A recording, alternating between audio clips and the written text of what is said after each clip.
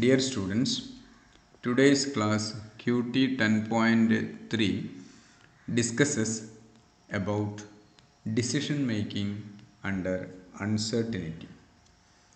All of you know that under the situation of uncertainty, payoffs only are known to the decision maker. Nothing is known about the occurrence of each state of nature. For example, launching a new product in the market, that is an uncertain situation. Okay, and under these uncertainty conditions, four important criteria are mainly used to decide appropriate decisions. These four important criteria are: first one is maximin or minimax criterion. Second is maximax or minimin criterion. Third is Laplace criterion or rationality approach. Fourth and last one is Herwig's criterion or realism approach. Let us see these various criteria one by one. First one is maximin or minimax criterion. And under this classification, there are two criteria. They are maximin criterion and minimax criterion. Okay. What is maximin criterion? Maximin criterion is followed when payoff values designate the profit. ഇപ്പോൾ payoff ടേബിളിൽ payoff മെട്രിക്സിനകത്ത് തരുന്ന payoff values, payoff numbers അത് profit അല്ലെങ്കിൽ റവന്യൂവുമായി ബന്ധപ്പെട്ടാണ് എങ്കിൽ, അങ്ങനെ പ്രത്യേകം പറഞ്ഞിട്ടുണ്ട് എങ്കിൽ, അപ്പോഴാണ് നമ്മൾ മാക്സിമം ക്രൈറ്റീരിയ അപ്ലൈ ചെയ്യുക. അതായത് കോസ്റ്റ് ആകാൻ പാടില്ല, അവിടെ കാണിക്കുന്ന പേ ഓഫ് വാല്യൂസ് കോസ്റ്റ് ആവാൻ പാടില്ല, മറിച്ച് പ്രോഫിറ്റ് അല്ലെങ്കിൽ റവന്യൂ ആയിരിക്കണം. ഓക്കെ, അപ്പോഴാണ് മാക്സിമം ക്രൈറ്റീരിയൻ ഫോളോ ചെയ്യുന്നത്. എന്താണ് ഈ മാക്സിമം ക്രൈറ്റീരിയൻ? ആ പ്രൊസീജിയർ എന്താണെന്ന് നോക്കാം. Locate the minimum payoff each course of action. ഓരോ സ്ട്രാറ്റജിയുടെയും, അതായത് ഓരോ കോഴ്സ് ഓഫ് ആക്ഷൻ്റെയും മിനിമം പേ ഓഫ് എത്രയാണ് എന്ന് ഐഡൻറ്റിഫൈ ചെയ്യുക ആദ്യം. അതിനുശേഷം ആ ഐഡൻറ്റിഫൈ ചെയ്തിട്ടുള്ള മിനിമം പേ ഓഫിൽ നിന്ന് മാക്സിമം പേ ഓഫ് ഏതാണോ ആ മാക്സിമം പേ ഓഫ് വരുന്ന കോഴ്സ് ഓഫ് ആക്ഷൻ സെലക്ട് ചെയ്യുക. This is the selection procedure, decision making procedure under maximin criterion. Okay, അല്ലെങ്കിൽ ഏറ്റവും എളുപ്പത്തിൽ ഓർക്കുക, മാക്സിമം ക്രൈറ്റീരിയൻ ആണ്. ശരിയല്ലേ? Maximin criterion. ഇതിന് എന്തിൻ്റെ ഷോർട്ട് ഫോമാണ് മാക്സിമം? മാക്സിമം ഓഫ് മിനിമം ആണിത്. Maximum of minimum.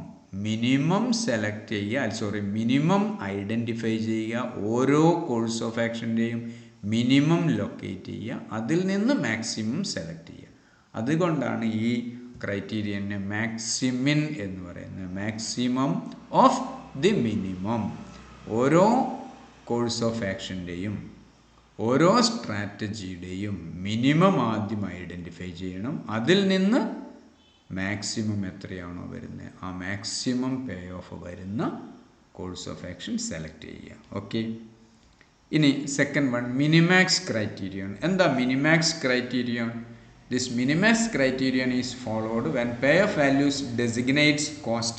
Payoff values കോസ്റ്റിനെ ഡിനോട്ട് ചെയ്യുന്ന സമയത്താണ് മിനിമാക്സ് ക്രൈറ്റീരിയൻ അപ്ലൈ ചെയ്യുക.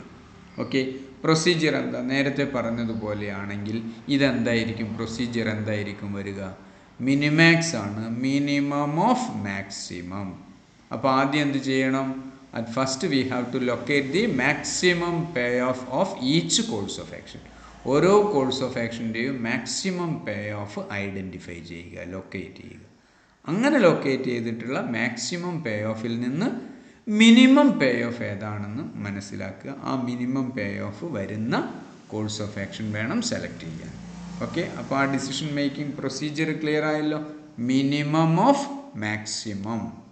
ഓക്കെ, ഇനി ഈ രണ്ട് ക്രൈറ്റീരിയൻ മനസ്സിലാക്കുന്ന തരത്തിൽ രണ്ട് ക്വസ്റ്റ്യൻസ് നമുക്ക് ചെയ്തുകൊണ്ട് ഈ ഭാഗം അവസാനിപ്പിക്കാം. First question, A businessman has 3 alternatives open to him, each of which can be followed by any of the 4 possible events. Okay, 4 possible events എന്ന് പറഞ്ഞാൽ 4 state of nature ആണ്. The conditional payoff for each event action event combination are given below. ഓരോ course of ആക്ഷനും അതുപോലെ state of നേച്ചറും അതായത് ഇവൻറ്റും ആ കോമ്പിനേഷനിൽ വരുന്ന പേ ഓഫ് കാണിക്കുന്ന പേ ഓഫ് ടേബിളാണ് ഇവിടെ തന്നിരിക്കുന്നത്. Determine which alternative should the business man choose if he adopts the maximum criterion. അപ്പോൾ ഇവിടെ ശ്രദ്ധിക്കേണ്ട കാര്യം ഏത് കോഴ്സ് ഓഫ് ആക്ഷനാണ് അല്ലെങ്കിൽ ഏത് ഓൾട്ടർനേറ്റീവാണ് ബിസിനസ്മാൻ ചൂസ് ചെയ്യുക എന്നാണ് പറഞ്ഞിരിക്കുന്നത്. അപ്പോൾ ആദ്യം ഇങ്ങനെ ഒരു പേ ഓഫ് ടേബിൾ തരുന്ന സമയത്ത് ക്വസ്റ്റ്യൻ പ്രത്യേകം ശ്രദ്ധിക്കുക. ഈ ടേബിളിനകത്ത് ഇവിടെ ഓൾട്ടർനേറ്റീവ്സ് എന്ന് പറയുന്ന അതായത് course of action, alternative course of action strategy എന്ന് പറയുന്നത് ഇതാണ്. ഇവിടെ ഈ റോയിൽ അല്ലെങ്കിൽ ഈ ഫസ്റ്റ് കോളത്തിൽ വരുന്ന ഇതാണ് സ്ട്രാറ്റജീസ് അല്ലെങ്കിൽ alternative course of action XYZ. അപ്പോൾ ഇതെന്താണ് ഈ ABCD എന്ന് പറയുന്നത്? ഇതാണ് സ്റ്റേറ്റ് ഓഫ് നേച്ചർ. സാധാരണ സ്റ്റേറ്റ് ഓഫ് നേച്ചർ ഈ ഫസ്റ്റ് കോളത്തിലാണ് തരാറ്. ഓൾട്ടർനേറ്റീവ് കോഴ്സ് ഓഫ് ആക്ഷൻ ഇവിടെ ഓരോ കോളങ്ങളിലായിട്ടാണ് കൊടുക്കാറ്. ഓക്കെ, പക്ഷേ ഇവിടെ നേരെ തിരിഞ്ഞിട്ടാണുള്ളത്. അത് പ്രത്യേകം എല്ലാവരും ശ്രദ്ധിക്കുക. ഈ alternative course of action XYZ ആണ്. ഈ XYZൽ ഏതാണ് സ്യൂട്ടബിൾ ആയിട്ടുള്ളതാണ് നമ്മൾ സെലക്ഷൻ നടത്തേണ്ടത്. ഓക്കെ, അപ്പോൾ നോക്കൂ, ഇവിടെ ഏതാ ക്രൈറ്റീരിയനാണ് ഫോളോ ചെയ്യുന്നത്? മാക്സിമം ക്രൈറ്റീരിയനാണ് ഫോളോ ചെയ്യുന്നത്. മാക്സിമം ക്രൈറ്റീരിയൻ ഫോളോ ചെയ്യുമ്പോൾ എന്താ? മാക്സിമിനാണ്. Maximum of minimum. ഓരോ കോഴ്സ് ഓഫ് ആക്ഷൻ്റെയും മിനിമം ആദ്യം ലൊക്കേറ്റ് ചെയ്യാൻ. കോഴ്സ് ഓഫ് ആക്ഷൻ എന്ന് പറഞ്ഞാൽ XYZ. എക്സിൻ്റെ മിനിമം വരുന്നത് -10 ആണ്. ഓക്കെ, വൈയുടേത് മിനിമം വരുന്നത് -4 ആണ്. സെഡിൻ്റെത് മിനിമം വരുന്നത് 0 ആണ്. ഇങ്ങനെ മിനിമം പേ ഓഫ് നമ്മൾ ലൊക്കേറ്റ് ചെയ്തു. അതിലുള്ള മാക്സിമം എത്രയാണെന്ന് ഐഡൻറ്റിഫൈ ചെയ്യണം. മാക്സിമം 0 ആണ്. ഇത് രണ്ടും മൈനസ് ആണ് വരുന്നത്, 0 ആണ്. അപ്പോൾ 0 വരുന്നത് ഏതായിരുന്നു? കോഴ്സ് ഓഫ് ആക്ഷൻ Z ആണ്. അപ്പോൾ the alternative to be selected, the course of action to be selected by the businessman is Z എന്ന കോഴ്സ് ഓഫ് ആക്ഷൻ ആണ് ഇവിടെ ബിസിനസ്മാൻ സെലക്ട് ചെയ്യേണ്ടത്. ഓക്കെ, ക്ലിയർ ആയല്ലോ? ഇനി നമുക്ക് അടുത്ത രണ്ടാമത്തെ ക്രൈറ്റീരിയൻ ആയിട്ടുള്ള മിനിമാക്സ് എങ്ങനെയാണെന്ന് നോക്കാം ഒരു ക്വസ്റ്റ്യനിലൂടെ. The research department of a consumer products division has recommended to the marketing department to launch a soap with 3 different perfumes. The marketing manager has to decide the type of perfume to be launched under the following estimated payoff for the various levels of sales. Find the type of perfume. ഏത് type perfume ആണ് select ചെയ്യേണ്ടത് അതാണ്. Find the type of perfume selected by the marketing manager if he follows Minimax principle. Minimax principle follow ചെയ്യുന്നു. ഏത് type perfume select ചെയ്യണം marketing manager, അതാണ്. Okay, അപ്പോൾ ഇവിടെ നോക്കൂ, ടൈപ്പ് ഓഫ് പെർഫ്യൂം ഇവിടെ ഫസ്റ്റ് കോളത്തിൽ തന്നിട്ടുള്ളൂ. നേരത്തെ ചെയ്ത ഇപ്പം തൊട്ട് മുമ്പ് ചെയ്ത അതേപോലെ തന്നെയാണ്. പക്ഷേ പ്രിൻസിപ്പിൾ മിനിമാക്സ് ആണ്. Minimax means minimum of maximum. ഓരോ കോഴ്സ് ഓഫ് ആക്ഷൻ എന്ന് പറഞ്ഞാൽ 1, 2, 3 ആണ്. ഓക്കെ, ഈ 1, 2, 3 ഓരോന്നിൻ്റെയും മാക്സിമം ആദ്യം ലൊക്കേറ്റ് ചെയ്യണം. First course of action first type പെർഫ്യൂമിൽ മാക്സിമം വരുന്നത് 25, സെക്കൻഡിൽ മാക്സിമം വരുന്നത് 40, തേർഡിൽ മാക്സിമം വരുന്നത് 60. ഓക്കെ, ഈ മാക്സിമം മൂന്നെണ്ണത്തിൻ്റെ മാക്സിമത്തിലുള്ള മിനിമം നമ്മൾ സെലക്ട് ചെയ്യും. മിനിമം 25 ആണ്. 25 വരുന്നത് ഫസ്റ്റാണ്. അപ്പോൾ ഫസ്റ്റ് സ്ട്രാറ്റജി അതായത് ഫസ്റ്റ് കോഴ്സ് ഓഫ് ആക്ഷനാണ് മാർക്കറ്റിംഗ് മാനേജർ സെലക്ട് ചെയ്യേണ്ടത്, ഫസ്റ്റ് പെർഫ്യൂം. Okay, yes. ഇനി നമുക്ക് അടുത്ത ക്ലാസിഫിക്കേഷനിൽ പോകാം. Maximax or minimin criterion. അപ്പോൾ ഈ ഒരു ക്ലാസിഫിക്കേഷനിൽ 2 ക്രൈറ്റീരിയോണിനെ പറ്റിയാണ് പറയുന്നത്. ഒന്ന് മാക്സിമാക്സ് ക്രൈറ്റീരിയോൺ, മറ്റേത് minimin criterion. Maximax criterion is followed when payoff values designate the profit. Payoff values profit അല്ലെങ്കിൽ റവന്യൂ ആകുന്ന സമയത്ത് മാക്സിമാക്സ് ക്രൈറ്റീരിയൻ ഫോളോ ചെയ്യുക. എന്തായിരിക്കും പ്രൊസീജിയർ? മാക്സിമാക്സ് ആയതുകൊണ്ട് മാക്സിമം ഓഫ് മാക്സിമം. ഓരോ കോഴ്സ് ഓഫ് ആക്ഷൻ്റെയും മാക്സിമം ആദ്യം ലൊക്കേറ്റ് ചെയ്യുക. ആ ലൊക്കേറ്റ് ചെയ്തിട്ടുള്ള മാക്സിമത്തിൽ ഹയസ്റ്റ് അല്ലെങ്കിൽ മാക്സിമം പേ ഓഫ് തരുന്ന കോഴ്സ് ഓഫ് ആക്ഷൻ സെലക്ട് ചെയ്യുക. That is the procedure. Okay, and second is Minimum criterion. Minimum criterion എന്ന് പറയുമ്പോൾ minimum criterion is usually followed when pair of values designates the cost. കോസ്റ്റിനെ സൂചിപ്പിക്കുന്ന സമയത്താണ് minimum criterion follow ചെയ്യുക. എന്താണ് ഈ rule? minimum of minimum. First we have to locate the minimum payoff of each course of action. Then from this minimum payoff we have to select the lowest one. Minimum വരുന്നത് കണ്ടുപിടിക്കുക. ആ minimum തരുന്ന course of action ആണ് selection നടത്തേണ്ടത്, select ചെയ്യേണ്ടത്. Okay, അപ്പോൾ ആ രണ്ട് ക്രൈറ്റീരിയ നിങ്ങൾക്ക് കൃത്യമായി മനസ്സിലായി എന്ന് മനസ്സിലാക്കുന്നു. ഇത് രണ്ടും നമുക്ക് മനസ്സിലാകാൻ വേണ്ടി ഓരോ ക്വസ്റ്റ്യൻ ചെയ്ത് നോക്കാം. A super bazaar must decide on level of supply it must stock to meet the needs of its customers during Diwali days. The following table shows the profit details. Profit details ആണ് തന്നിരിക്കുന്നത്. Decide the optimal supply level using Maximax criteria follow ചെയ്യുക. Maximax criteria follow ചെയ്യണമെങ്കിൽ നമ്മൾ പഠിച്ചിട്ടുണ്ട്, ഇവിടെ തരുന്ന പേ of values profit ആയിരിക്കണം. ഇവിടെ പ്രോഫിറ്റ് ആണെന്ന് പറഞ്ഞിട്ടുണ്ട്. ഇനി പ്രോഫിറ്റ് ആണ് എന്നും പറഞ്ഞിട്ടില്ല, ഷോസ് ദി ഡീറ്റെയിൽസ് മാത്രമേ പറയുന്നു. Following table shows the pay of details. Profit എന്നോ കോസ്റ്റോ എന്നോ പറയുന്നില്ല. അപ്പോൾ നിങ്ങൾ പ്രോഫിറ്റോ കോസ്റ്റോ എന്നൊന്നും പറഞ്ഞിട്ടില്ലെങ്കിൽ നിങ്ങൾ ശ്രദ്ധിക്കേണ്ടത് ഇവിടെ പറഞ്ഞ ക്രൈറ്റീരിയ, ആ റൂൾ എന്താണെന്ന് ശ്രദ്ധിച്ചാൽ മാത്രം മതി. ഇവിടെ മാക്സിമാക്സ് എന്ന് പറയുന്നു, മാക്സിമം ഓഫ് മാക്സിമം. ഓക്കെ, അപ്പോൾ മാക്സിമാക്സ് ക്രൈറ്റീരിയ പ്രകാരം നമ്മൾ പ്രോബ്ലം ചെയ്യുകയാണ്. ഇവിടെ ശ്രദ്ധിക്കുക, എന്താണ് ഡിസൈഡ് ഓപ്റ്റിമൽ സപ്ലൈ ലെവലാണ്. ഓപ്റ്റിമൽ സപ്ലൈ ലെവലാണ് ഡിസൈഡ് ചെയ്യേണ്ടത്. അപ്പോൾ കോഴ്സ് ഓഫ് ആക്ഷൻ എന്ന് പറയുന്നത് ലെവൽ ഓഫ് സപ്ലൈ ആണ്. അപ്പോൾ കോഴ്സ് ഓഫ് ആക്ഷൻ ഇവിടെ ഇങ്ങനെ ഓരോ കോളത്തിൽ തന്നിട്ടുള്ളതാണ്. അതായത് ABCD ആണ്. ഈ A ആണോ B ആണോ C ആണോ D ആണോ സെലക്ഷൻ നടത്തേണ്ടത് അതാണ്. PQRS എന്ന് പറയുന്നത് എന്താണ്? സ്റ്റേറ്റ് ഓഫ് നേച്ചർ അല്ലെങ്കിൽ ഇവൻറ്റ്സ് ആണ്. ഇതാണ് ആൾട്ടർനേറ്റീവ് കോഴ്സസ് ഓഫ് ആക്ഷൻ അല്ലെങ്കിൽ സ്ട്രാറ്റജി. അപ്പോൾ സ്ട്രാറ്റജിയാണ് നമ്മൾ സെലക്ട് ചെയ്യേണ്ടത്, അല്ലെങ്കിൽ കോഴ്സ് ഓഫ് ആക്ഷനാണ് നമ്മൾ ഡിസൈഡ് ചെയ്യേണ്ടത്. ഓക്കെ, അപ്പോൾ ഓരോ കോഴ്സ് ഓഫ് ആക്ഷനുമായി ബന്ധപ്പെട്ട് മാക്സ് എന്ന് പറയുമ്പോൾ മാക്സിമം ഓഫ് മാക്സിമം. A എന്ന കോഴ്സ് ഓഫ് ആക്ഷനിൽ മാക്സിമം വരുന്നത് 32. B എന്ന കോഴ്സ് ഓഫ് ആക്ഷനിൽ മാക്സിമം 24. C എന്ന കോഴ്സ് ഓഫ് ആക്ഷനിൽ മാക്സിമം 21. ഓക്കെ, ഡിയിൽ മാക്സിമം 27.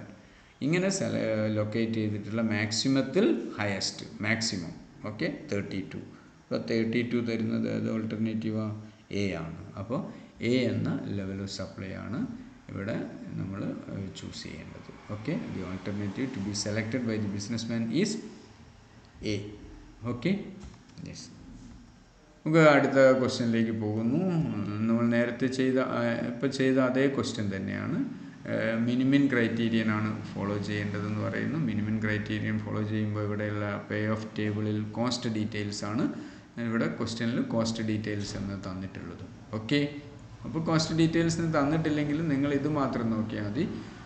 മിനിമം ക്രൈറ്റീരിയൻ ഏതാ ഫോളോ ചെയ്യേണ്ടതെന്ന് മാത്രം ശ്രദ്ധിച്ചാൽ മതി. അപ്പോൾ മിനിമം എന്ന് പറഞ്ഞാൽ ഓരോ കോഴ്സ് ഓഫ് ആക്ഷൻ്റെയും, അതായത് ഓരോ സ്ട്രാറ്റജിയുടെയും മിനിമം ഓഫ് മിനിമം ആണ്. ഓക്കെ, അപ്പോൾ ഓരോ സ്ട്രാറ്റജിയുടെയും മിനിമം ആദ്യം ലൊക്കേറ്റ് ചെയ്യുക, അതിൽ നിന്ന് മിനിമം ലോവസ്റ്റ് നമ്മൾ സെലക്ട് ചെയ്യണം. അപ്പോൾ എയുടെ മിനിമം 7 ആണ്, 7. ബിയുടേത് മിനിമം 9 ആണ്, സിയുടേത് മിനിമം 10 ആണ്, ഡിയുടേത് മിനിമം 17 ആണ്. അപ്പോൾ ഈ 4 7 9 10 17ൽ ലോവസ്റ്റ് വരുന്നത് 7 ആണ്. അപ്പോൾ ആ 7 തരുന്ന ആൾട്ടർനേറ്റീവ് കോഴ്സ് ഓഫ് ആക്ഷൻ എന്ന് പറയുന്നത് A ആണ്. അപ്പോൾ ബിസിനസ്മാൻ സെലക്ട് ചെയ്യേണ്ടത് A ആണ്. Okay, clear. ദെൻ അടുത്ത ഒരു ക്രൈറ്റീരിയ ആയിരുന്നു ലാപ്ലേസ് ക്രൈറ്റീരിയൻ അല്ലെങ്കിൽ റേഷണാലിറ്റി അപ്രോച്ച് എന്ന് പറയുന്നത്. ഓക്കെ, അപ്പോൾ എന്താ ലാപ്ലേസ് ക്രൈറ്റീരിയൻ? നമുക്കറിയാം, under uncertainty situation the decision maker cannot estimate the probability of the state of nature, probability for the occurrence of the state of nature or event. അപ്പോൾ event അല്ലെങ്കിൽ state of നേച്ചറിൻ്റെ probability, സംഭവിക്കാനുള്ള probability എന്താണെന്നുള്ള യാതൊരു വിവരവും ആർക്കില്ല? Decision മേക്കർക്കില്ല. അപ്പോൾ decision മേക്കർക്ക് അങ്ങനെ യാതൊരു probability വാല്യൂവും കണ്ടുപിടിക്കാൻ പറ്റാത്തത് കൊണ്ട് എന്ത് ചെയ്യുന്നു? എല്ലാ സ്റ്റേറ്റ് ഓഫ് നേച്ചറിനും എല്ലാ ഇവൻറ്റിനും നമ്മൾ അസൈൻ ചെയ്യുകയാണ് പ്രോബബിലിറ്റി. എങ്ങനെ? ഈക്വൽ പ്രോബബിലിറ്റി അസൈൻ ചെയ്യുന്നു. ഓക്കെ, നമുക്കറിയാലോ ടോട്ടൽ പ്രോബബിലിറ്റി എന്തായാലും ഒരു ഇവൻ്റ് അല്ലെങ്കിൽ ഒരു സ്റ്റേറ്റ് ഓഫ് നേച്ചർ സംഭവിച്ചിരിക്കും. അതുകൊണ്ട് ടോട്ടൽ പ്രോബബിലിറ്റി ഈസ് 1. അപ്പോൾ എത്ര സ്റ്റേറ്റ് ഓഫ് നേച്ചറാണോ ഉള്ളത് അല്ലെങ്കിൽ എത്ര ഇവൻറ്റ്സ് ആണോ ഉള്ളത് അതിന് ആ ഇവൻസിൻ്റെ എണ്ണം കൊണ്ട് 1നെ ഡിവൈഡ് ചെയ്യുക. For example, if there are 4 state of nature, the equal probability is 1/4. അപ്പോൾ ഓരോ സ്റ്റേറ്റ് ഓഫ് നേച്ചറിൻ്റെയും പ്രോബബിലിറ്റി 1/4 ആയിട്ട് കണക്കാക്കുക. 3 സ്റ്റേറ്റ് ഓഫ് നേച്ചറാണ് ഉള്ളത് എങ്കിൽ ഓരോ 3 എണ്ണത്തിൽ ഓരോന്നിൻ്റെയും പ്രോബബിലിറ്റി എന്ന് പറയുന്നത് 1/3 ആണ്. 5 എണ്ണമാണെങ്കിൽ 1/5, 10 എണ്ണമാണെങ്കിൽ 1/10. അങ്ങനെ ഈക്വൽ പ്രോബബിലിറ്റി നമ്മൾ അസൈൻ ചെയ്യുന്നു. അങ്ങനെ പ്രോബബിലിറ്റി വാല്യൂ എസ്റ്റിമേറ്റ് ചെയ്യാൻ പറ്റാത്തത് കൊണ്ട് ഈക്വൽ പ്രോബബിലിറ്റി അസൈൻ ചെയ്യുന്നു. അങ്ങനെയുള്ള ഒരു റേഷണൽ ആയിട്ടുള്ള അപ്രോച്ചാണ് ലാപ്ലേസ് ക്രൈറ്റീരിയനിൽ ഫോളോ ചെയ്യുന്നത്. ഓക്കെ, ഇനി നമുക്ക് ആ പ്രൊസീജിയർ എന്താണെന്ന് നോക്കാം. First, determine the pay of various event strategy combination. ഓരോ ഇവൻറ്റ് സ്ട്രാറ്റജി കോമ്പിനേഷനുമായി ബന്ധപ്പെട്ട് പേ ഓഫ് നിർണ്ണയിക്കണം. അത് ക്വസ്റ്റ്യനിൽ നമുക്ക് തന്നിരിക്കുമല്ലോ.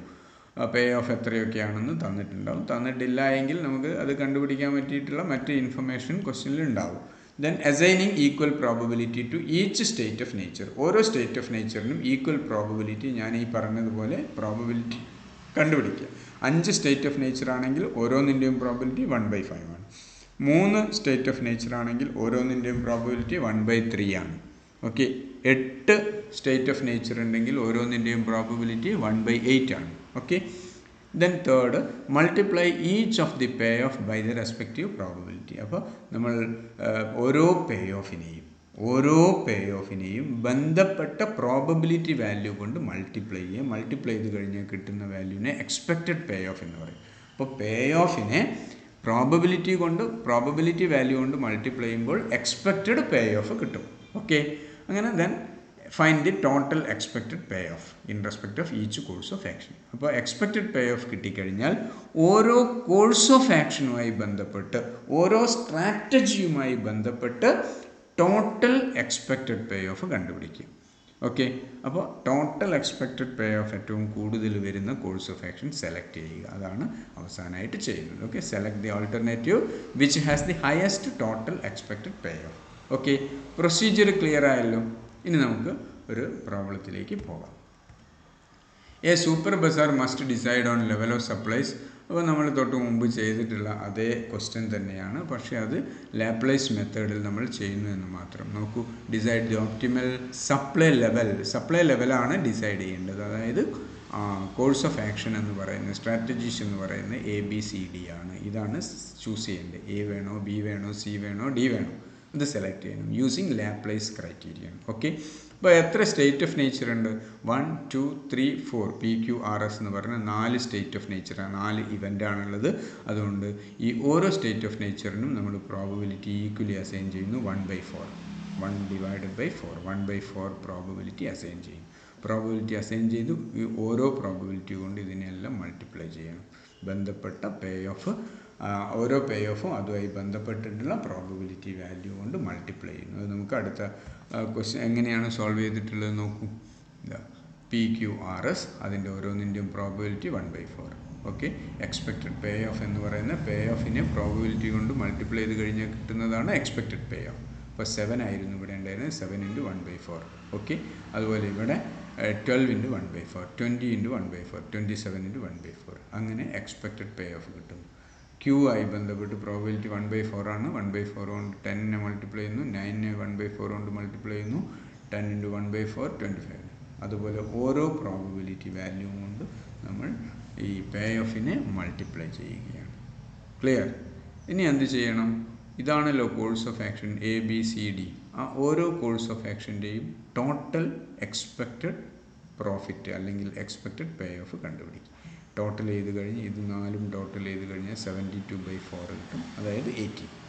ഇവിടെ 65/4 16.25, ഇവിടെ 65/4 16.25, ഇവിടെ 92/4 23 വരും. അപ്പോൾ ഹയസ്റ്റ് എക്സ്പെക്റ്റഡ് പ്രോഫിറ്റ് വരുന്ന, എക്സ്പെക്റ്റഡ് പേ ഓഫ് വരുന്ന ഏതിനാണ്? ഡിക്കാണ്. അപ്പോൾ D ആണ് നമ്മൾ ചൂസ് ചെയ്യുക. Okay, clear? സിമ്പിൾ. നമുക്ക് അവസാന ക്രൈറ്റീരിയനിലേക്ക് പോകാം. Hurwicz criterion or realism approach എന്ന് പറയും. എന്താണ്? Under Hurwicz criterion the decision maker is pragmatic in selecting optimal decision. കുറച്ചുകൂടെ പ്രാഗ്മാറ്റിക് ആയിട്ടുള്ള രീതിയിലാണ് ഡിസിഷൻ മേക്കിംഗ് നടത്തുന്നത്. എങ്ങനെയാണ് ഇവിടെ ചെയ്യുന്നതെന്ന് നോക്കൂ. Here the decision maker choose an appropriate degree of optimism. Okay, അപ്പോൾ ഇവിടെ എന്താ ചെയ്യുന്നതെന്ന് പറഞ്ഞു കഴിഞ്ഞാൽ ഡിസിഷൻ മേക്കർ ഇവിടെ ഡിഗ്രി ഓഫ് ഓപ്റ്റിമിസം എന്ന് പറഞ്ഞു കഴിഞ്ഞാൽ മാക്സിമം പേ ഓഫ് ലഭിക്കാനുള്ള ഒരു പ്രോബബിലിറ്റി വാല്യൂ നമ്മുടെ ഡിസിഷൻ മേക്കർ തന്നെ അങ്ങ് ഫിക്സ് ചെയ്യുകയാണ്. അതുകൊണ്ടാണ് പ്രാഗ്മാറ്റിക് ആയിട്ടുള്ളൊരു സെലക്ഷൻ പ്രൊസീജിയറാണ്, കുറച്ചുകൂടെ പ്രായോഗികമായിട്ടുള്ള ഒരു സെലക്ഷൻ പ്രൊസീജിയറാണ് അല്ലെങ്കിൽ ഡിസിഷൻ മേക്കിംഗ് പ്രൊസീജിയറാണെന്ന് പറയുന്നത്. അതായത് മാക്സിമം പേ ഓഫ് ലഭിക്കാനുള്ള പ്രോബബിലിറ്റി ഇന്നതാണ്, മിനിമം പേ ഓഫ് ലഭിക്കാനുള്ള പ്രോബബിലിറ്റി ഇന്നതാണ്. അപ്പം മാക്സിമം പേ ഓഫ് ലഭിക്കാനുള്ള പ്രോബബിലിറ്റി വാല്യൂവിനെ നമ്മൾ വിളിക്കുക കോഎഫിഷ്യൻ്റ് ഓഫ് ഓപ്റ്റിമിസം എന്നാണ്. മാക്സിമം പേ ഓഫ് കിട്ടാനുള്ള പ്രോബബിലിറ്റി വാല്യൂവിനെ പറയുന്നതാണ് കോഎഫിഷ്യൻ്റ് ഓഫ് ഓപ്റ്റിമിസം. അപ്പോൾ കോഎഫിഷ്യൻ്റ് ഓഫ് ഓപ്റ്റിമിസം എന്ന് പറയുന്ന അല്ലെങ്കിൽ മാക്സിമം പേ ഓഫ് ലഭിക്കാനുള്ള പ്രോബബിലിറ്റി 0.7 ആണെന്ന് വിചാരിക്കുക. അങ്ങനെയാണെങ്കിൽ അതിനർത്ഥം മിനിമം പേ ഓഫ് ലഭിക്കാനുള്ള പ്രോബബിലിറ്റി 0.3 ആണ്, 1 - 0.7 എന്നർത്ഥം. ഓക്കെ, അപ്പോൾ ഈ കോഎഫിഷ്യൻ്റ് ഓഫ് ഓപ്റ്റിമിസത്തെ സാധാരണയായി ഡിനോട്ട് ചെയ്യുന്ന ഈ ആൽഫ എന്ന സിമ്പൽ ഉപയോഗിച്ച്. ആൽഫ എന്ന് പറഞ്ഞാൽ കോഎഫിഷ്യൻ്റ് ഓഫ് ഓപ്റ്റിമിസമാണ്. ഈ കോഎഫിഷ്യൻ്റ് ഓഫ് ഓപ്റ്റിമിസം എല്ലായ്പ്പോഴും 0നും 1നും ഇടയിലായിരിക്കും. ഓക്കെ, അപ്പോൾ ഈ ആൽഫ എന്ന് പറയുന്നത് കോഎഫിഷ്യൻ്റ് ഓഫ് ഓപ്റ്റിമിസമാണ്. കോഎഫിഷ്യൻ്റ് ഓഫ് ഓപ്റ്റിമിസം കിട്ടിക്കഴിഞ്ഞാൽ നമുക്ക് കോഎഫിഷ്യൻ്റ് ഓഫ് പെസിമിസം എളുപ്പത്തിൽ കണ്ടുപിടിക്കാം. 1ൽ നിന്ന് കോഎഫിഷ്യൻ്റ് ഓഫ് ഓപ്റ്റിമിസം മൈനസ് ചെയ്താൽ മതി. ഓക്കെ, അപ്പോൾ if coefficient of optimism is 0.7, coefficient of pessimism is 0.3. 1 - 0.7 = 0.3. Okay, അപ്പോൾ ഈ കോഎഫിഷ്യൻ്റ് ഓഫ് ഓപ്റ്റിമിസവും അല്ലെങ്കിൽ കോഎഫിഷ്യൻ്റ് ഓഫ് പെസിമിസവും ആര് തീരുമാനിക്കുന്നു? ഈ ഡിസിഷൻ മേക്കർ തന്നെ തീരുമാനിക്കുന്നു. കോഎഫിഷ്യൻ്റ് ഓഫ് ഓപ്റ്റിമിസം എന്ന് പറഞ്ഞു കഴിഞ്ഞാൽ മാക്സിമം പേ ഓഫിനുള്ള പ്രോബബിലിറ്റി, കോഎഫിഷ്യൻ്റ് ഓഫ് പെസിമിസം എന്ന് പറഞ്ഞാൽ മിനിമം പേ ഓഫിനുള്ള പ്രോബബിലിറ്റിയാണ്. ഓക്കെ, ഇങ്ങനെ പ്രോബബിലിറ്റി വാല്യൂ ഫിക്സ് ചെയ്തുകൊണ്ട് ഡിസിഷൻ മേക്കിംഗ് നടത്തുന്നതായതുകൊണ്ടാണ് ഹെർവിക്സ് ക്രൈറ്റീരിയൻ കുറച്ചുകൂടെ പ്രാഗ്മാറ്റിക് ആയിട്ടുള്ള അല്ലെങ്കിൽ ഒരു റിയലിസം അപ്രോച്ച് ആവും ഫോളോ ചെയ്യുന്നതെന്ന് പറയുന്നത്. നമുക്ക് ആ പ്രൊസീജിയറിലേക്ക് പോകാം. Determine the maximum payoff for each course of action. ഓരോ കോഴ്സ് ഓഫ് ആക്ഷൻ്റെയും മാക്സിമം പേ ഓഫ് എത്രയാണെന്ന് തീരുമാനിക്കുക. അതേപോലെ തന്നെ determine the minimum payoff for each course of action. അപ്പോൾ ഓരോ കോഴ്സ് ഓഫ് ആക്ഷൻ്റെയും മാക്സിമവും മിനിമം പേ ഓഫും ഫിക്സ് ചെയ്യുക ആദ്യം ചെയ്യുന്നത്. Then choose the coefficient of optimism.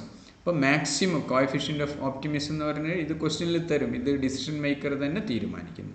അപ്പോൾ ഡിസിഷൻ മേക്കർ ഫിക്സ് ചെയ്തിട്ടുള്ള കോഎഫിഷ്യൻ്റ് ഓഫ് ഓപ്റ്റിമിസം ഇത്രയാണെന്ന് പറഞ്ഞിട്ടുണ്ടാവും. കോഎഫിഷ്യൻ്റ് ഓഫ് ഓപ്റ്റിമിസം എന്ന് പറഞ്ഞു കഴിഞ്ഞാൽ മാക്സിമം പേ ഓഫിനുള്ള പ്രോബബിലിറ്റി. അങ്ങനെ മാക്സിമം പേ ഓഫിനുള്ള പ്രോബബിലിറ്റി അതായത് കോഎഫിഷ്യൻ്റ് ഓഫ് ഓപ്റ്റിമിസം കിട്ടിക്കഴിഞ്ഞാൽ find the degree of pessimism, അതായത് കോഎഫിഷ്യൻ്റ് ഓഫ് പെസിമിസം.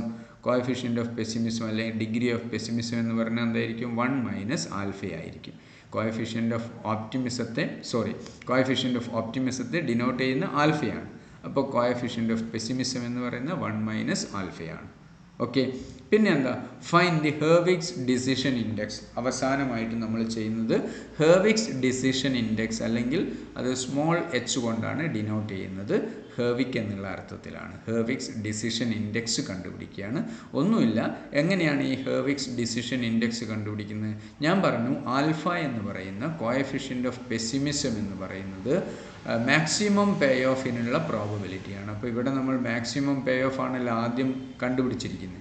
മാക്സിമം പേ ഓഫിനെ ഈ കോഎഫിഷ്യൻ്റ് ഓഫ് ഓപ്റ്റിമിസം കൊണ്ട് മൾട്ടിപ്ലൈ ചെയ്യുക. അതുപോലെ തന്നെ മിനിമം പേ ഓഫിനെ കോഎഫിഷ്യൻ്റ് ഓഫ് പെസിമിസം കൊണ്ട് മൾട്ടിപ്ലൈ ചെയ്യുക. അങ്ങനെ മൾട്ടിപ്ലൈ ചെയ്ത് കിട്ടുന്ന രണ്ടും ടോട്ടൽ ചെയ്യുക. ആ ടോട്ടലിനെയാണ് ഡിസിഷൻ ഇൻഡെക്സ് എന്ന് പറയുന്നത്. Hurwicz decision index is equal to alpha into maximum payoff. plus 1 minus alpha into minimum payoff. Okay, അപ്പോൾ ഹെർവിക്സ് ഡിസിഷൻ ഇൻഡെക്സ് എത്രയാണ് എന്ന് ഓരോ കോഴ്സ് ഓഫ് ആക്ഷനുമായി ബന്ധപ്പെട്ട് നമുക്ക് കിട്ടും.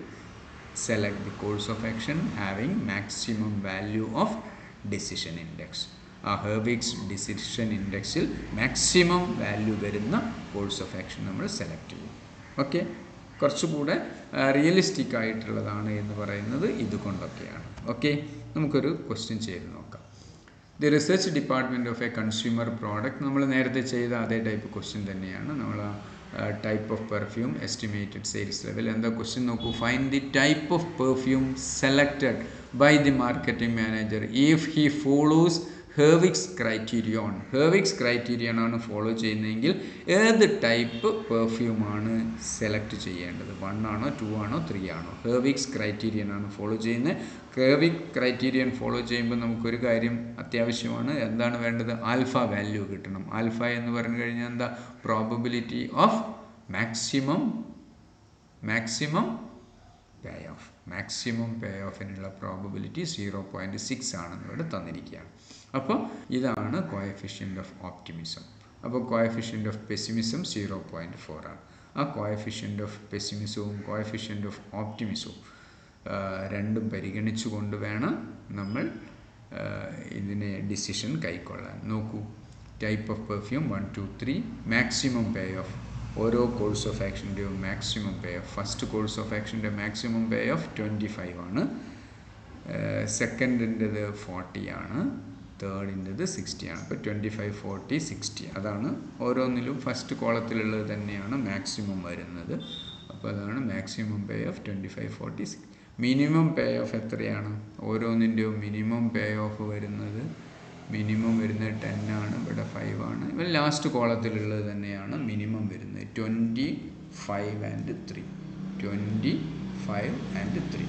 ഓക്കെ, ആൽഫ വാല്യൂ 0.6 ആണെന്ന് പറഞ്ഞു. അപ്പോൾ 1 മൈനസ് ആൽഫ 0.4 ആണ്. ഈ ആൽഫ കൊണ്ട് മാക്സിമം പേ ഓഫ്, ആൽഫ എന്ന് പറഞ്ഞാൽ probability for maximum pay of എന്നാണ്. ഈ 1 മൈനസ് ആൽഫ അതായത് കോഎഫിഷ്യൻ്റ് ഓഫ് പെസിമിസം എന്ന് പറഞ്ഞു കഴിഞ്ഞാൽ probability for the occurrence of minimum pay of ആണ്.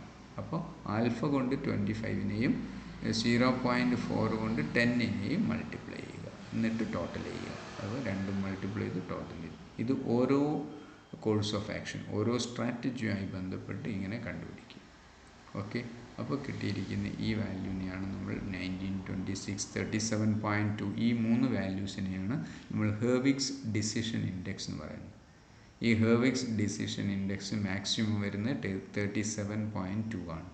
37.2 മാക്സിമം ആയതുകൊണ്ട് അത് വരുന്ന ടൈപ്പ് ഓഫ് പെർഫ്യൂം അല്ലെങ്കിൽ ആ കോഴ്സ് ഓഫ് ആക്ഷൻ അല്ലെങ്കിൽ സ്ട്രാറ്റജി 3 ആണ്. 3 ആണ് നമ്മൾ സെലക്ട് ചെയ്യുന്നത്. Hurwicz decision index is highest in case of course of action 3. Therefore the decision should be to launch a product with type 3 perfume. Type 3 perfume ഉപയോഗിച്ച് വേണം product launch ചെയ്യാൻ. Okay, clear? അപ്പോൾ നമ്മളിവിടെ decision making under uncertainty കണ്ടീഷനാണ് ഇതുവരെ പഠിച്ചത്. നമ്മൾ ഈ ഒരു ചാപ്റ്ററിൽ അവസാന ഭാഗത്തേക്ക് പോവുകയാണ്. Decision tree analysis. എന്താണ് decision tree? A decision tree is a graphical representation of decision process indicating decision alternatives, alternative course of action, state of nature or events, probabilities attached to the state of nature and conditional profits or losses. അപ്പോൾ ഈ decision മേക്കിങ്ങുമായി ബന്ധപ്പെട്ട് നമ്മളിപ്പോൾ പഠിച്ചു കഴിഞ്ഞിട്ടുള്ള ആ കാര്യങ്ങളെല്ലാം പരമാവധി represent ചെയ്യുന്ന രീതിയിലുള്ള, ഗ്രാഫിക്കലായിട്ട് റെപ്രസെൻ്റ് ചെയ്യുന്ന രീതിയിലുള്ള ഒരു ടെക്നിക്കാണ് ഡിസിഷൻ ട്രീ എന്ന് പറയുന്നത്. In decision tree, the place where the decision maker takes a decision is known as decision node and represented by a square. അപ്പോൾ ഡിസിഷൻ ട്രീ അനാലിസിസിൽ ഡിസിഷൻ മേക്കർ ഡിസിഷൻ കൈക്കൊള്ളേണ്ടി വരുന്ന ഒരു സ്ഥലം, ഒരു ഏരിയ, ആ ഒരു പർട്ടിക്കുലർ പ്ലേസ്, അതിനെ നമ്മൾ സ്ക്വയർ ഉപയോഗിച്ചാണ് ഡിനോട്ട് ചെയ്യുക. അതിനെ വിളിക്കുന്നത് ഡിസിഷൻ നോഡ് എന്നാണ്. അതുപോലെ the place where the decision maker gets response to his decision is known as chance nodes or represented by circle. അപ്പോൾ ആ ഒരു പർട്ടിക്കുലർ ഡിസിഷൻ മേക്കർക്ക് ലഭിക്കുന്ന റെസ്പോൺസ്, ഡിസിഷനുമായി ബന്ധപ്പെട്ട് വേണ്ട റെസ്പോൺസിനെ സൂചിപ്പിക്കുന്നത് നോട്ട്സ് ഉപയോഗിച്ചാണ്. ആ സൂചിപ്പിക്കുന്ന നോട്ട്സിനെ നമ്മൾ വിളിക്കുക ചാൻസ് നോട്ട്സ് എന്നാണ്. ആ നോട്ട്സ് സർക്കിൾ ഉപയോഗിച്ചാണ് സൂചിപ്പിക്കുക. ഓക്കെ, അപ്പോൾ സർക്കിൾ ഉപയോഗിച്ച് സൂചിപ്പിക്കുന്നത് ചാൻസ് നോട്ട്സ് ആണ്. അതുപോലെ തന്നെ സ്ക്വയർ ഉപയോഗിച്ച് സൂചിപ്പിക്കുന്ന ഡിസിഷൻ നോട്ട്സ് ആണ്. ഓക്കെ, അങ്ങനെ ഈ ഡിസിഷൻ അനാലിസിസുമായി ബന്ധപ്പെട്ട് ആവശ്യമായ പരമാവധി ഇൻഫർമേഷൻ ഉൾപ്പെടുത്തിക്കൊണ്ടുള്ള ഒരു ഗ്രാഫിക്കൽ റെപ്രസെൻറ്റേഷനാണ് സത്യത്തിൽ ഈ ഡിസിഷൻ ട്രീ അനാലിസിസ് എന്ന് പറയുന്നത്. നമുക്കൊരു ക്വസ്റ്റ്യൻ ഒന്ന് ചെയ്ത് നോക്കാം. നോക്കൂ question. Amar company is currently working with a process which after paying for materials, labor, etc. brings a profit of rupees 12,000. 12,000 rupees profit തരുന്നതാണ് നിലവിലുള്ള പ്രോസസ്സ് എന്ന് പറയുന്നത്. The following alternatives are made available to the company. Alternatives ഏതൊക്കെയാണെന്ന് നോക്കാം. First one, the company can conduct research. അതിനെ R1 എന്നാണ് സൂചിപ്പിക്കുന്നത്. Which is expected to cost rupees 10,000, having 90% chances of success. If it is proves a success, the company gets a gross income of rupees 25,000. ഒരു alternative പറയുന്നത് research conduct ചെയ്യാവുന്നതാണ്. പക്ഷേ ആ research conduct ചെയ്യുമ്പോൾ 10,000 cost വരുന്നുണ്ട്. മാത്രമല്ല അത് 90% സക്സസ് പ്രോബബിലിറ്റി 90% ആണ്. അങ്ങനെ 90% സക്സസ് പ്രോബബിലിറ്റി ഉള്ള അത് സക്സസ് ആണെങ്കിൽ നമുക്ക് 25,000 റുപ്പീസ് ഗ്രോസ് ഇൻകം കിട്ടും, പ്രോഫിറ്റ് കിട്ടും. മറ്റൊരു ഓൾട്ടർനേറ്റീവ് കോഴ്സ് ഓഫ് ആക്ഷൻ എന്ന് പറയുന്നത് the company can conduct research to R2. രണ്ടാമത്തെ മറ്റൊരു റിസർച്ച് കണ്ടക്ട് ചെയ്യാം. Which expected to cost rupees 8,000. 8,000 രൂപയാണ് കോസ്റ്റ് വരിക. Having a probability of 60% success. വിജയിക്കാനുള്ള സാധ്യത 60%. ഇൻകം കിട്ടുക 25,000 തന്നെ കിട്ടും. തേർഡ് ഓപ്ഷൻ, തേർഡ് ഓൾട്ടർനേറ്റീവ് അല്ലെ തേർഡ് സ്ട്രാറ്റജി എന്ന് പറയുന്നത് the company can pay rupees 6,000 as royalty four a new process which brings a gross income of rupees 20,000. 6,000 രൂപ റോയൽറ്റി കൊടുത്തുകൊണ്ട് പുതിയൊരു പ്രോസസ്സ് നമുക്ക് നേടിയെടുക്കാവുന്നതാണ്. 20,000 റുപ്പീസ് ആണ് ഇൻകം എക്സ്പെക്റ്റ് ചെയ്യുന്നത്. നാലാമത്തെ the company continue the current process. നിലവിലുള്ള ആ 12,000 പ്രോഫിറ്റ് തരുന്ന നിലവിലുള്ള പ്രോസസ്സ് കണ്ടിന്യൂ ചെയ്യുക. അപ്പോൾ ഈ ഒന്ന് നിലവിലുള്ളതും അങ്ങനെ 4 ഓൾട്ടർനേറ്റീവ്സ് ആണ്. 4 ഓൾട്ടർനേറ്റീവ് കോഴ്സ് ഓഫ് ആക്ഷൻ, 4 സ്ട്രാറ്റജിയാണുള്ളത്. അതിലൊന്ന് സെലക്ട് ചെയ്യണം. Because of limited resources, it is assumed that only one of the 2 types of research can be carried out at a time. Use decision tree analysis to locate the optimal strategy for the company. Okay, clear? Question clear ആയല്ലോ. അപ്പോൾ ഇതിലേത് strategy നമ്മൾ select ചെയ്യുമെന്നാണ് കമ്പനിക്ക് പറഞ്ഞു കൊടുക്കേണ്ടത്. അത് decision tree ഉപയോഗിച്ച് optimal strategy കണ്ടെത്താൻ വേണ്ടി ശ്രമിക്കുക എന്നുള്ളതാണ് ക്വസ്റ്റ്യനിലൂടെ ഉദ്ദേശിക്കുന്നത്. അപ്പോൾ നോക്കൂ, നിലവിൽ ഫസ്റ്റ് ഓപ്ഷൻ എന്ന് പറയുന്നത് 10,000 കോസ്റ്റ് വരുന്നു, 90% ചാൻസ് ഓഫ് സക്സസ് ആണ്. അപ്പോൾ പ്രോഫിറ്റ് 25,000 ആണ്. 25,000 പ്രോഫിറ്റ് കിട്ടുന്നു, 90% സക്സസ് ചാൻസ് ഉണ്ടെന്ന് പറയുമ്പോൾ നമ്മുടെ എക്സ്പെക്റ്റഡ് പ്രോഫിറ്റ് എന്ന് പറയുന്നത് 25,000 ഇൻറ്റു 90% ആണ്, അല്ലെ 25,000 ഇൻറ്റു 0.9 ആണ് എക്സ്പെക്റ്റഡ് പ്രോഫിറ്റ്. ഓക്കെ, പക്ഷേ 10,000 കോസ്റ്റും വരുന്നുണ്ട്. അപ്പോൾ അതിൻ്റെ എക്സ്പെക്റ്റഡ് പ്രോഫിറ്റ് എത്ര വരുമെന്ന് നോക്കൂ. 25,000 ഇൻറ്റു 0.9 പിന്നെ പ്ലസ് അത് ഫെയിലിയർ ആണെങ്കിൽ നമുക്ക് ലഭിക്കുക ഒന്നും ലഭിക്കില്ല. അതാണ് ഫെയിലിയർ ആണെങ്കിൽ ഒന്നും ലഭിക്കില്ല. അപ്പോൾ 0.1 ഇൻറ്റു 0 ആണ് ഇത് ചെയ്തിരിക്കുന്നത്. ഓക്കെ, മൈനസ് 10,000 ആണ് കോസ്റ്റ്. 22,500 പ്ലസ് 0 മൈനസ് 10,000 12,500 ആണ് നമുക്ക് കിട്ടുന്ന ഇൻകം. എക്സ്പെക്റ്റ് ചെയ്യാവുന്ന ഇൻകം എന്ന് പറയുന്നത് 12,500 ആണ്. Okay, second course of action മറ്റൊരു റിസർച്ച് കണ്ടക്ട് ചെയ്യാമെന്നുള്ളതാണ്. 8,000 കോസ്റ്റ് വരും, probability value for success 60%, 0.6 gross income expect ചെയ്യുന്നത് 25,000. അപ്പോൾ 25,000 60% സക്സസ് എന്ന് പറയുമ്പോൾ എക്സ്പെക്റ്റഡ് പ്രോഫിറ്റ് എന്ന് പറയുന്നത് 25,000 ഇൻറ്റു 0.6 അപ്പോൾ 60% പ്രോബിലിറ്റി സക്സസ് ആണ്. ഫെയിലിയർ ആണെങ്കിൽ അതും നമ്മൾ അനുഭവിക്കണം, അതായത് 40% ഇൻറ്റു ഒന്നും കിട്ടില്ല എന്നുള്ള 0.4 0 ഇൻറ്റു 0.4 മൈനസ് 8,000 കോസ്റ്റും വരുന്നുണ്ട്. അപ്പോൾ നോക്കൂ, 25,000 ഇൻറ്റു 0.6 പ്ലസ് 0 ഇൻറ്റു 0.4 മൈനസ് 8,000, ഇപ്പോൾ 7,000 നമുക്ക് അതിൻ്റെ ഔട്ട്കം അല്ലെങ്കിൽ അതിൻ്റെ ഒരു ബെനിഫിറ്റ്, നെറ്റ് ബെനിഫിറ്റ് എന്ന് പറയുന്നത് 7,000.